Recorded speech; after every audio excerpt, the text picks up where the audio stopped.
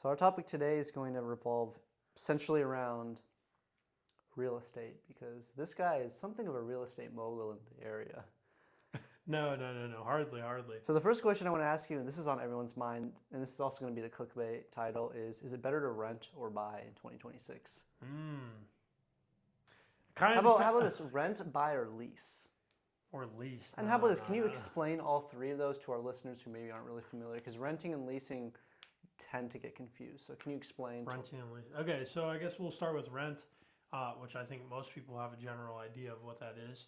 It's when a landlord or person who owns the house and does not live there, or maybe they do, will charge a premium or a certain rate per month.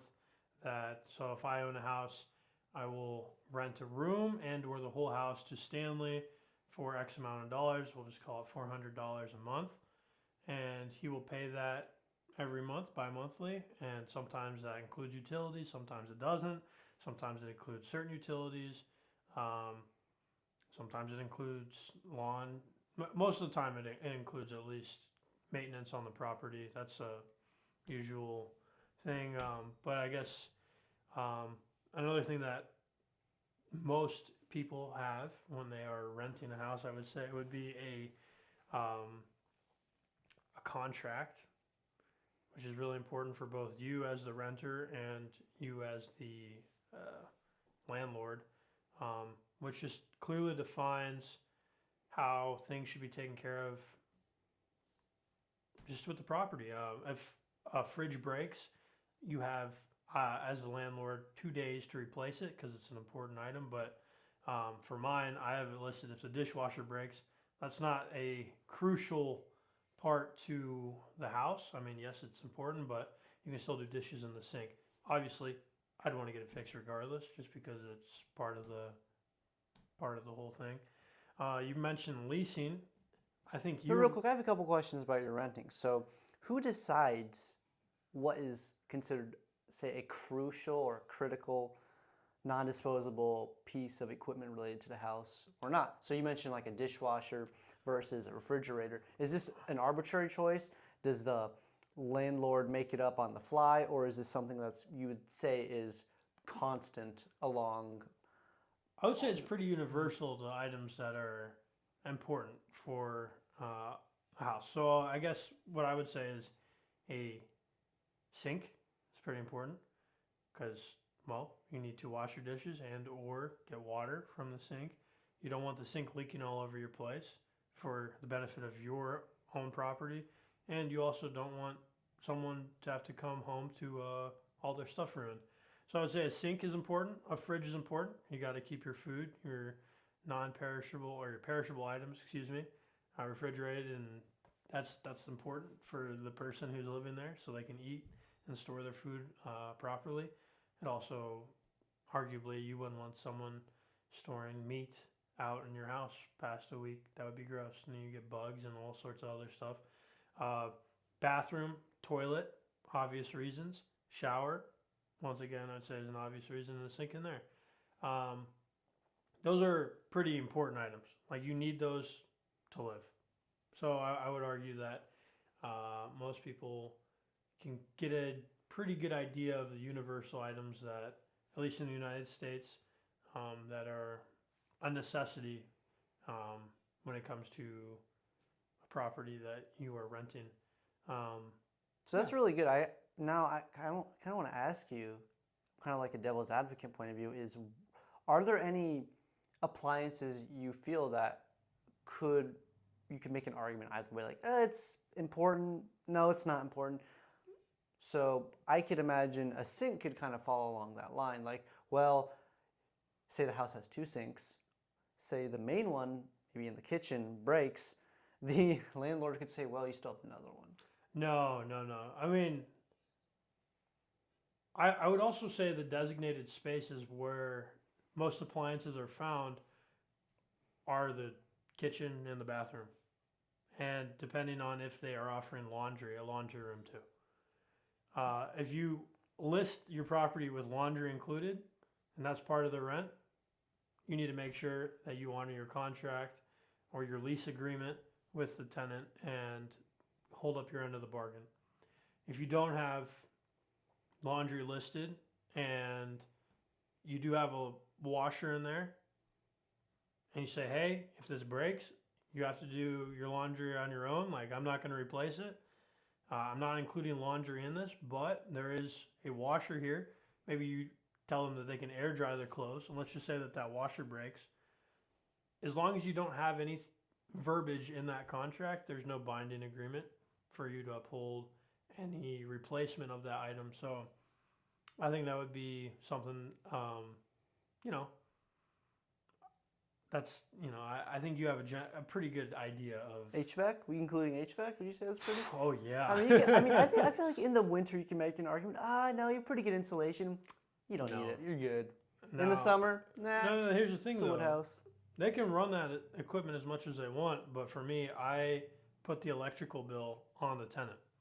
Fair enough. I'm not going to pay the electric bill. I pay for water, at least here in Macomb, because it's almost a flat rate every month, and it also, I don't have to change the name, the primary name of the water services. I don't have to put that in their name, and then if they move out, then I got to put it back in my name. It's just something that the water's very easily accessible. I pay for this house, and I also have a second coach house, which is attached to the property, same parcel of land, and I pay for my tenant over there, his water, but he pays for electric, he pays for his own Wi-Fi.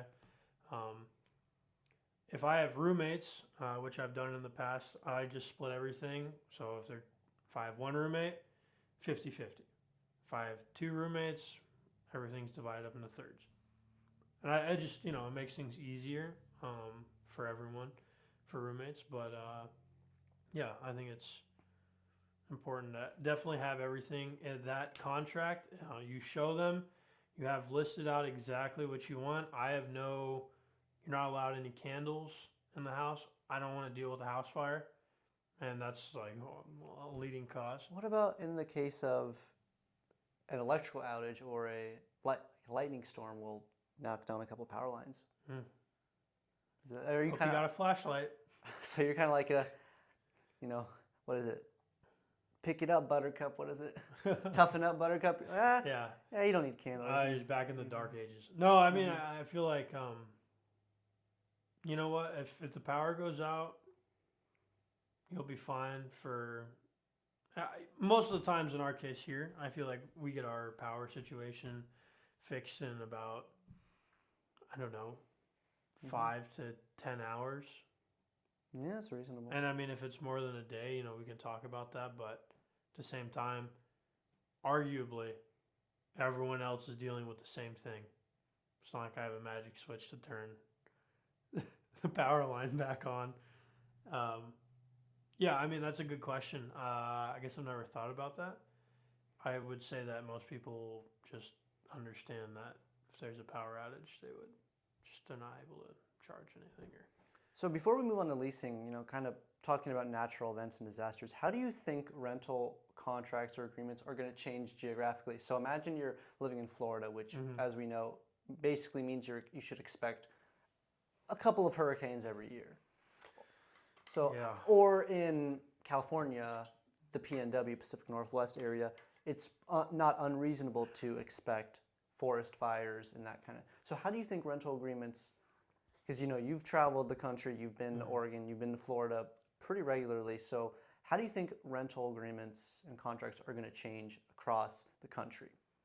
I would say both those areas are really, those markets are extremely, extremely saturated. There's a lot of demand in both areas for rent, which increases rent prices. I mean, I really like the idea of, let's say, I was listening to a podcast, this guy lived in New York. The apartment rent for when he was living there 20 years ago was $1,000 a month. He checked on the same apartment price later, $20,000 a month for the same apartment. What was the length of time period between? 20 years. 20 years? So, factor of 20x. Yeah, that's insane. I mean, the space is not going to get any different. It's not getting bigger. same room, same rental, same whatever, but the demand. It's all about the demand, I would say, when it comes to that. So there are more people, obviously, moving to the area, which is allowing the landlord to raise prices because someone will pay that.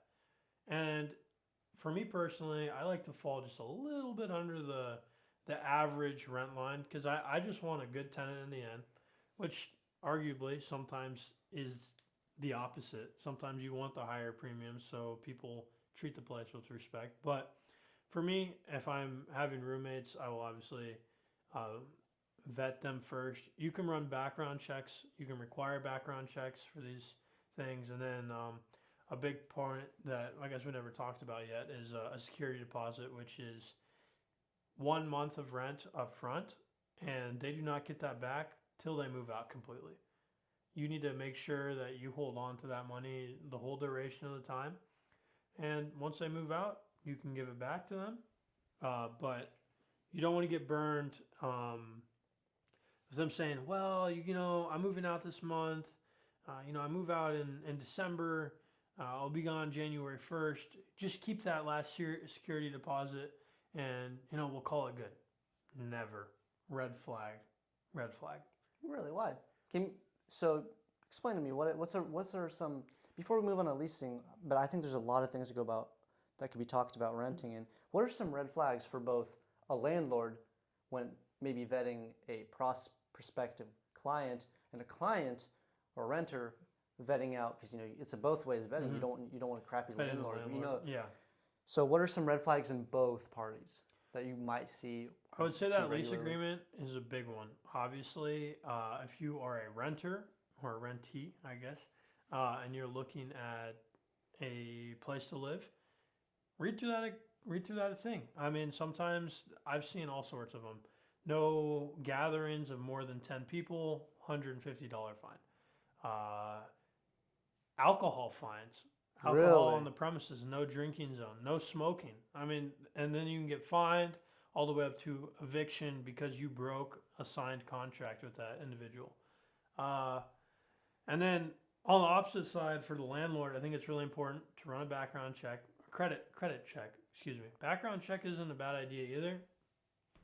Um, I think referrals are really beneficial as well. In what way? So a lot of the time, if you've had a good tenant in the previous years and they said, okay, well, this is my friend, this is their background, and you get, I don't know, you can also, let's say I lived at a separate apartment complex and I knew that this person was moving from there. I can reach out to the apartment complex. I can request that the possible tenant gives me a number to call of a previous, I can call a previous landlord or a previous place that they've rented from and ask about them. Were there any problems with them? Did they pay rent on time? How were they with cleanliness? These are things you can ask. It's not, they're just honest and whatever.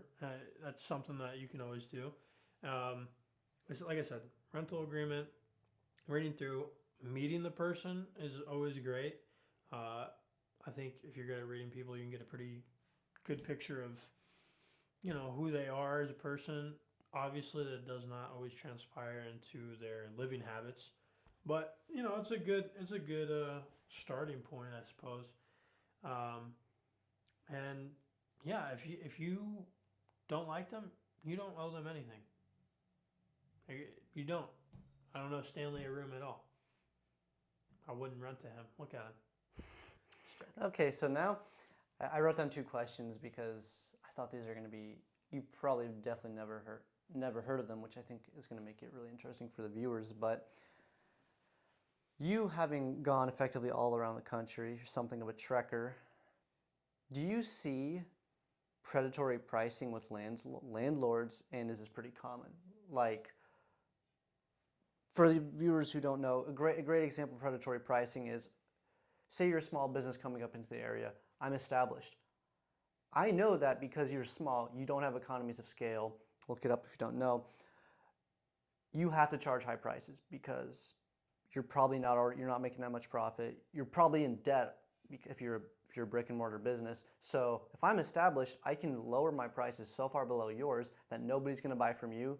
You'll run out of business. It's called a barrier to entry. So I'm wondering, Aiden, do you think or do you see landlords kind of do this? Like imagine you were to try and become a name. Like in our area, we kind of have a real estate mogul named Blake Louderman.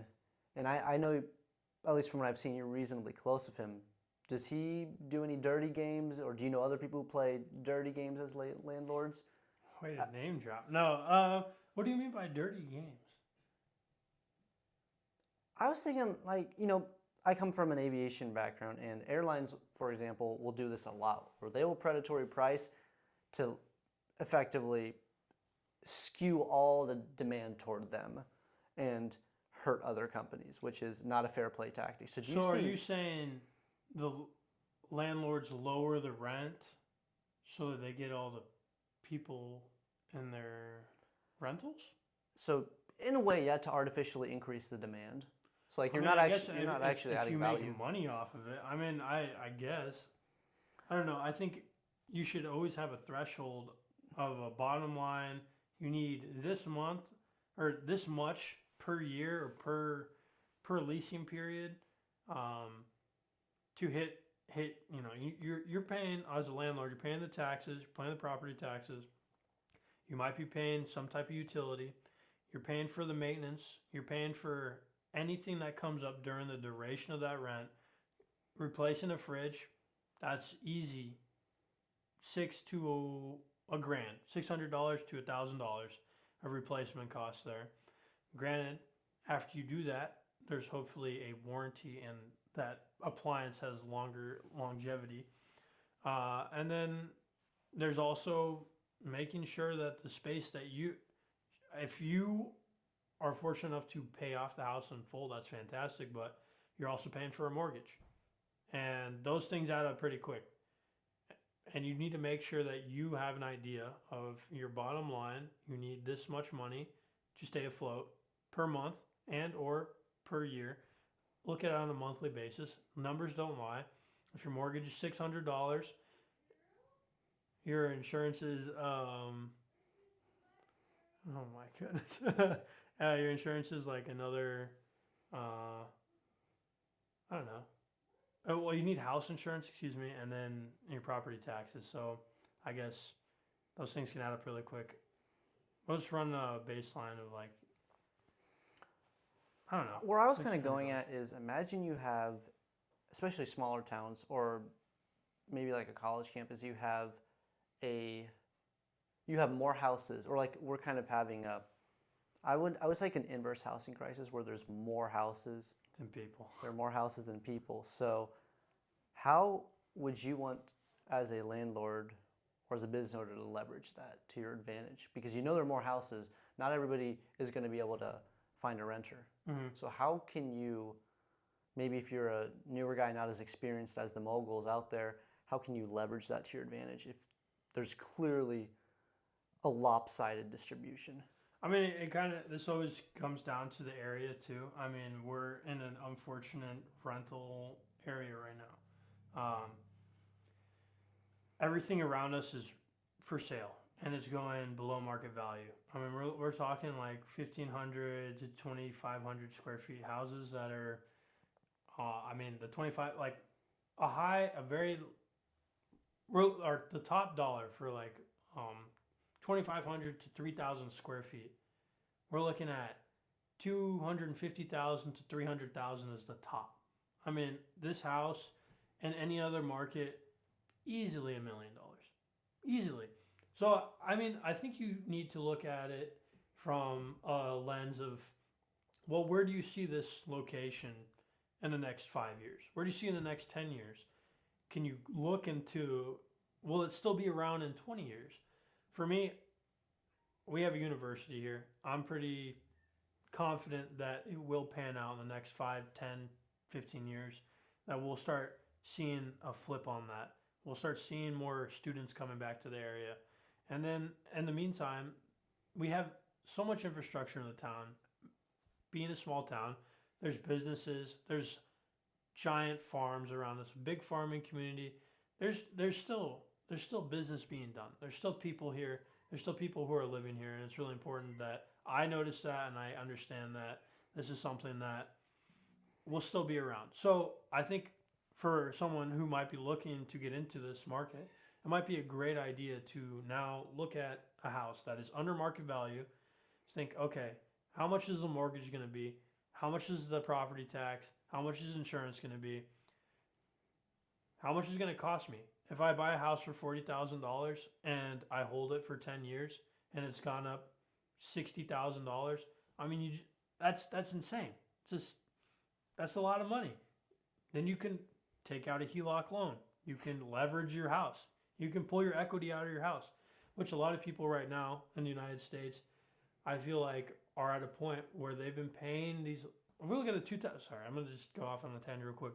If we look at the 2008 crisis, all right, financial crisis, if you don't know what that is, really look it up. Really important historical moment. These people's houses, everyone is putting them back on the market. I think the amount, I think it was something like, there was 4 million listed houses in 2008. Just everyone was selling. They were really nervous, didn't know what to do. But those that held on to those things, let's say your house was $100,000, and they've held on to it till 2020, which 2020 to 2023, $100,000 of equity was added to a lot of markets for those houses. Look at it on the long-term picture, though. If you're locked in at a low rate and you're able to hold that for a while, you're basically building a little bank, a little savings account that you can leverage later. And you can extract rent out of it. And anything that breaks or any maintenance, you can pass on to the renter. So seriously, that's how you run it. It's a business. Okay. It's like, my dog ate the floor. Okay, well, you signed this contract and you're going to be responsible for replacing it. They're like, well, I'm not going to. Well, you got their security deposit. It's like they don't get it back, and they still have to pay all the months. So it's like, I'm going to take it out of your security deposit. Now, let's say that the damage was ungodly, punching holes in the walls, dogs eating all the flooring for some reason. Now you got a signed contract that they breached, and now you can sue them. I mean, it's just like you're saving your ass. So I think it's really important to look at all those things. I'm big on this market, particularly in Macomb. I have 2 houses right now. I'm looking at $100,000 in total equity. I bought them both for $93,000. Banger of a deal. If I were to separate both houses, I could sell the house that I'm currently in for $100,000 and separate the other house for another $60,000. Might not get 60 out of that one, but even if it were $50,000, that's $50,000 more dollars than I was starting off with. So for me, it was a no-brainer to buy it. I had just enough for 20% down to avoid personal mortgage insurance, where a lot of first-time home buyers, can get screwed on. That insurance is insane. And that's because they take out their FHA loan, first-time homeowner loan, and it's 3.5% down or 3% down. You really want to be aiming for that 20% threshold. My long-term plan is to get this paid off. I'm currently around $50,000 left in my mortgage payments. Always hit your principal first. If you have extra money lying around, throw it at that, get it out of the way. And after that, I'll be cash flowing from both properties. I'm looking at $1,500 a month. And I'm able to show a bank, hey, this property cash flows $1,500 a month. I need a loan. I would like to pull a HELOC loan out of my house for, I think it's 60 to 80% of the value of the property. So I could essentially pull out almost 70 to 80 grand to go buy whatever I want with. So I'm going to do that, buy another house in a better area. Do the process. So it's like an infinite regress. Big flip. And it's that's it.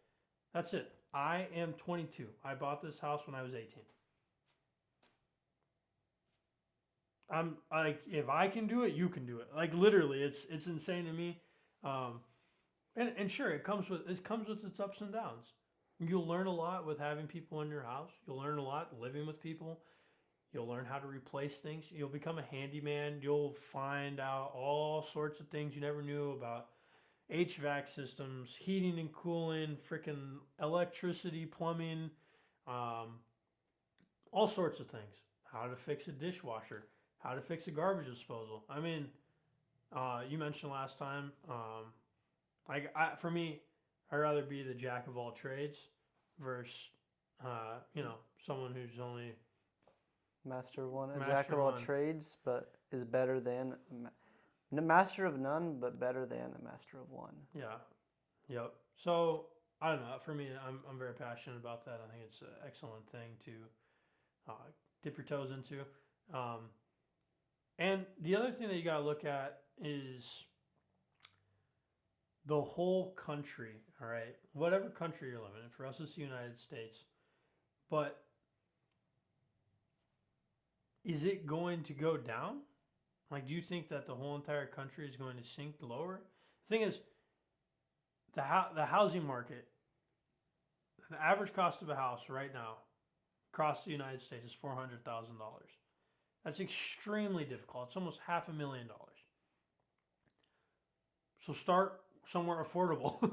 I mean, the deals are out there. You got to find them. And people are always like, how do you find the deals? Grind Zillow. Scroll through it. Get in touch with a realtor. Use AI. You can use AI. I mean, whatever it may be. I mean, another thing is we're entering into a very interesting time where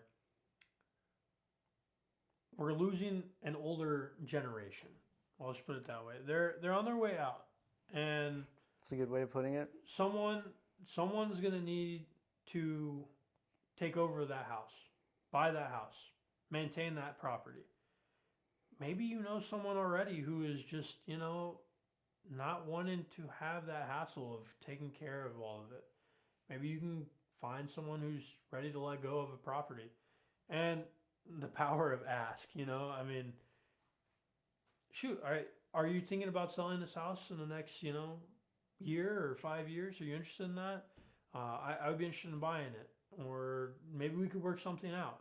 There's all sorts of just you don't know what you don't know. So it's always great to ask, and it's always great to just explore those options and take a look at the area. See, is there new construction? Are they building new restaurants? Are they building shopping centers? Are they building attractions for people?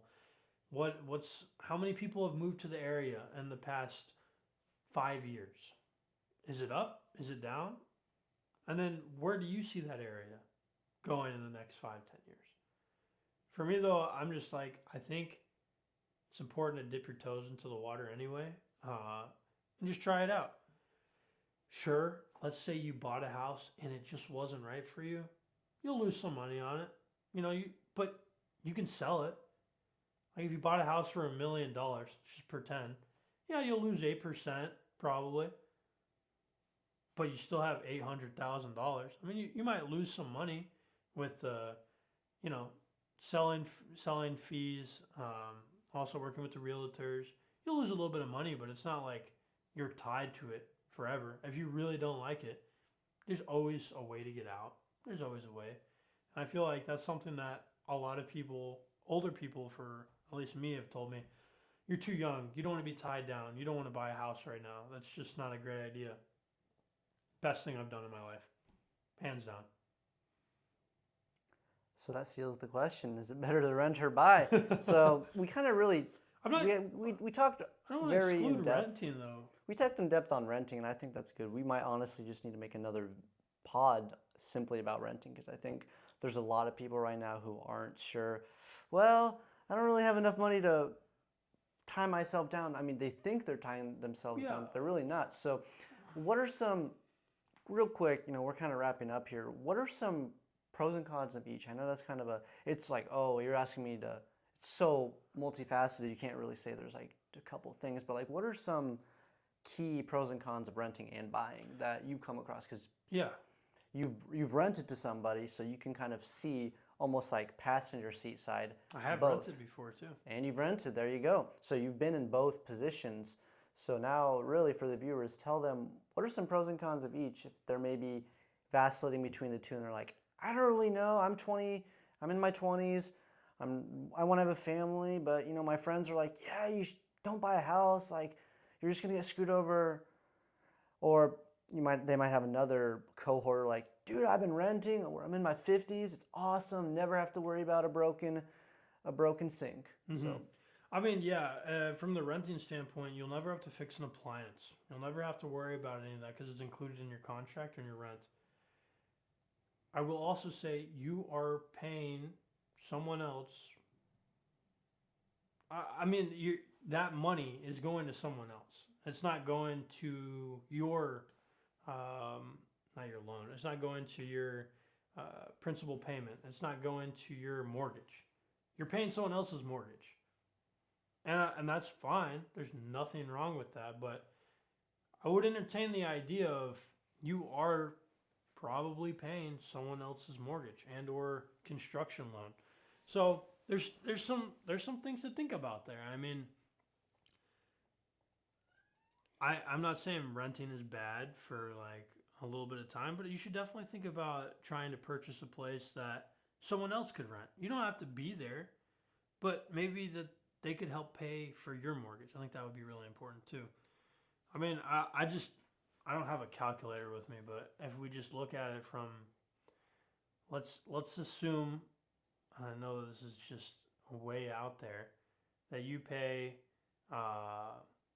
annually $100,000 for rent. What would that be a month?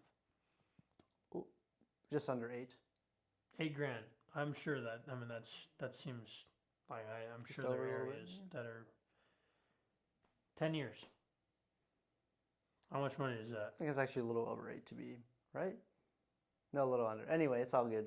But in 10 years. 96. So 10 years? Yeah. You want me to do the calculation? If I'm paying Yeah. 8.5 or so Yeah. for 10 years, Mm-hmm. so Just how much money is that? That's a shit ton of money. I don't know. that's a lot of money. That's almost like $1 million. yeah, Yeah. it's almost $1 million. 96K times 10. Would you rather that $1 960. million be in some property that you own yourself? That's a good way of I never thought about thinking about it that way. It's kind of like, have you heard of discounting factor?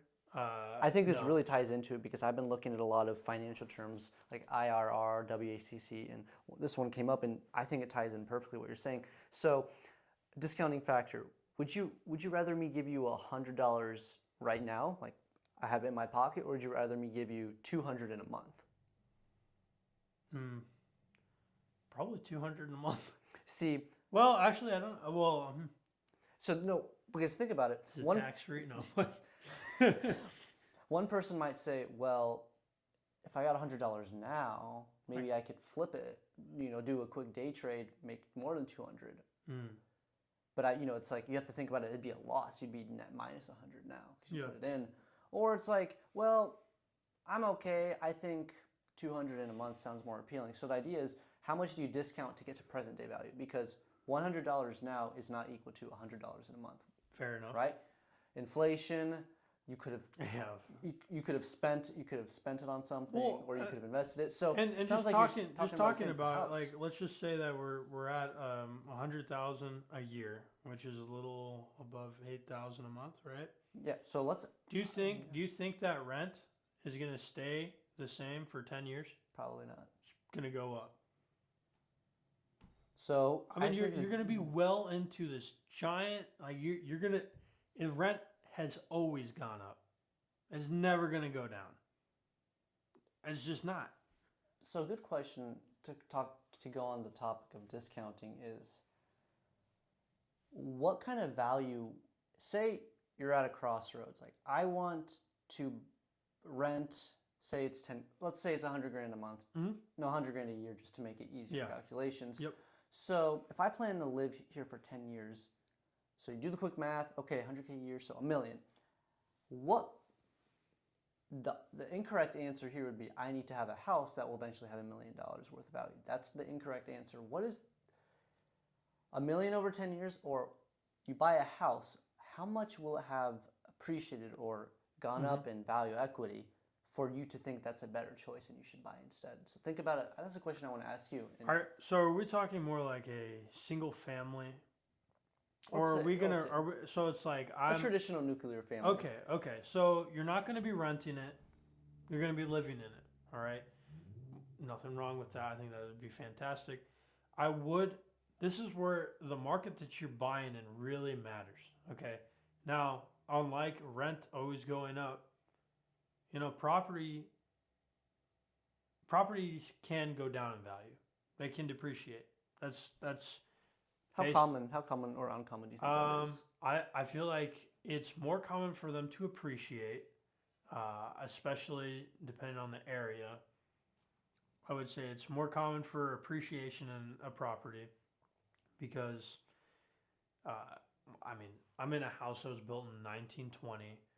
It was originally bought for $23,000, and I bought it for $93,000. Essentially a decade, essentially 100 years later, a century later. Yeah. Okay. So it's the same house. So a little under 1,000 a year. Yeah, it's just accrued more value over time. The thing is, someone's always going to need a place to live. There's always going to be a demand for a house or a bedroom. To go back to what your question on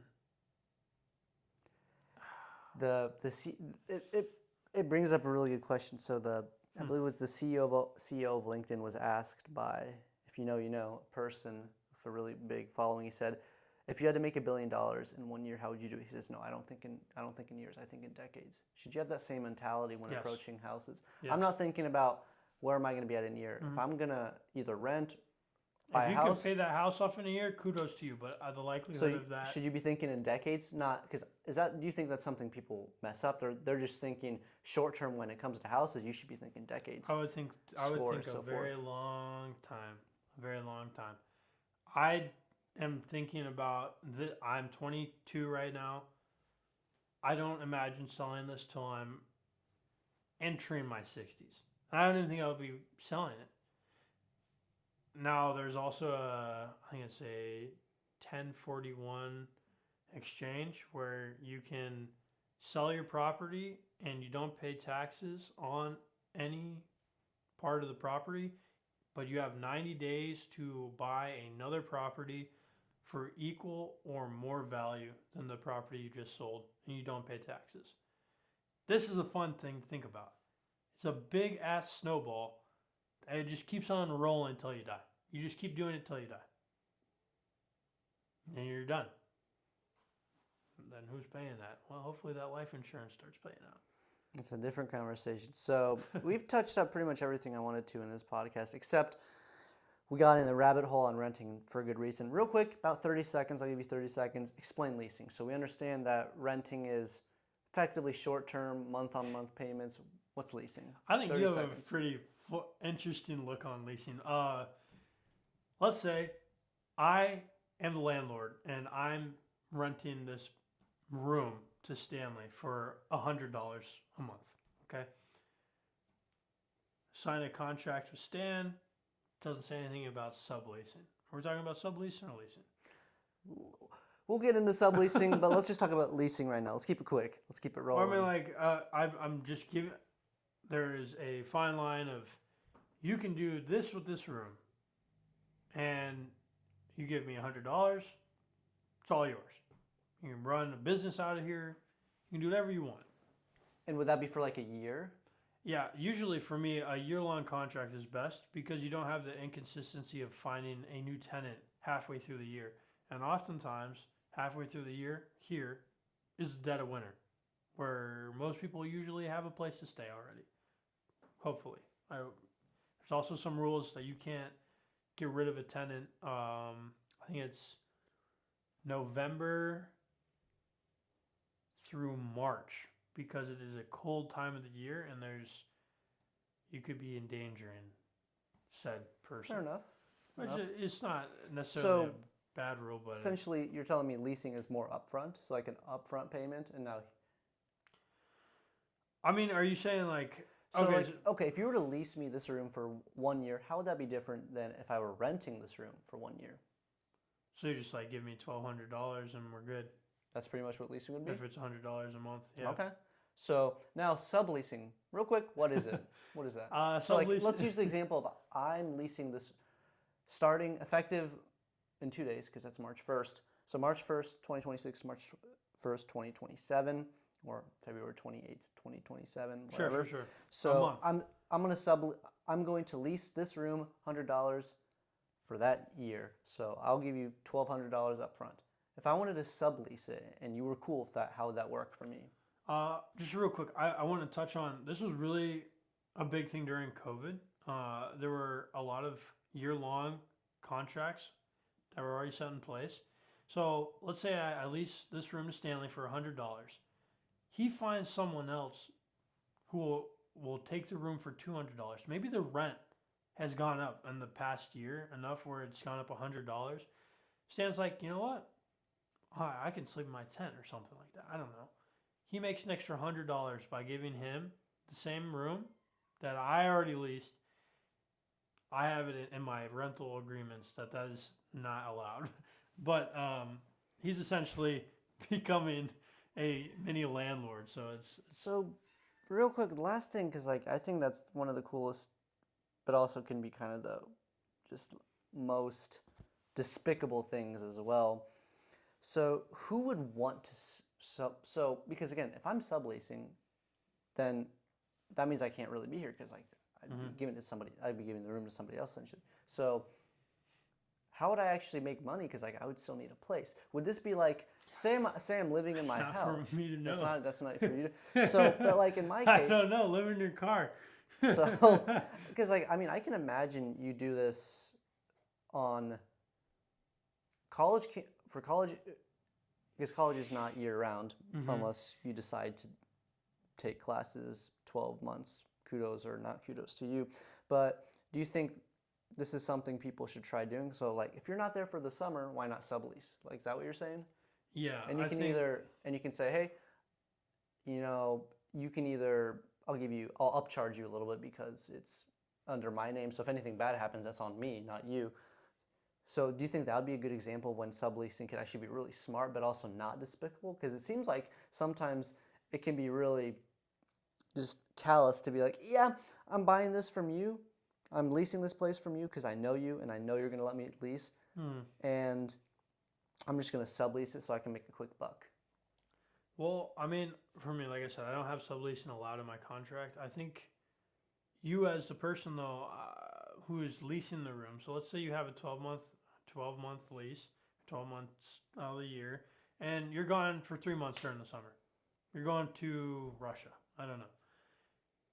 Why don't you just have your friend who needs a place to stay, you personally, come live in the place that you're leasing. You're like, hey, here's how much it's going to cost. I pay $500 a month. You can sublease it for $600 a month. They don't need to know how much you're paying, but you're offering them 3 months to stay. That, I feel like, is all right. I think that would be okay.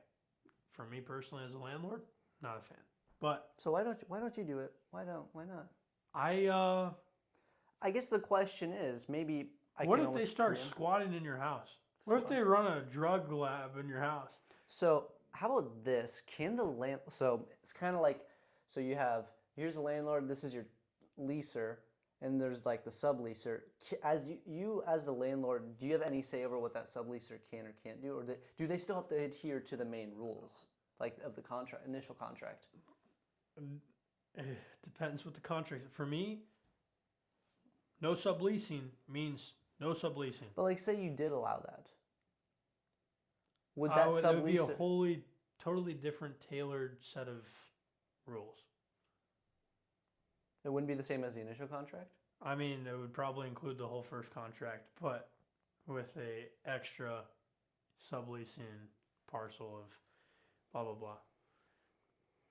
I wouldn't sublease. Sounds like you're not super... I don't think anyone should do that as a landlord. Don't sublease. As in allow it? You should never allow it? You should not allow it. You will have plenty of fun with your current and hopefully only tenant They're a lot of work. Not even that bad, but shit happens. So would you say real estate's a full-time job unless you have a manager helping you out? I would say it can be a Can full-time be. job. I mean, ideally, you buy something that you don't have to fix a lot of. Buy nice versus buy thrice. All right. I like that. I just Cheap buys twice. yeah. Why would you want to make yourself have to come back and fix the same goddamn thing twice? It's horrible. It's a waste of your time, waste of your money, and you could just solve the whole thing. Like I wouldn't buy a beater ass property if there's a house for $100,000 or not $100,000, like a couple of $1,000s more down the block. If it's in the same neighborhood, sure, there can be upsides to buying a beater. You can get a loan amount for an extra $10,000 over asking price. If the property is $40,000, you get a loan for $60,000, $20,000 of fixed value. They would. I'm trying to remember I need my notebook.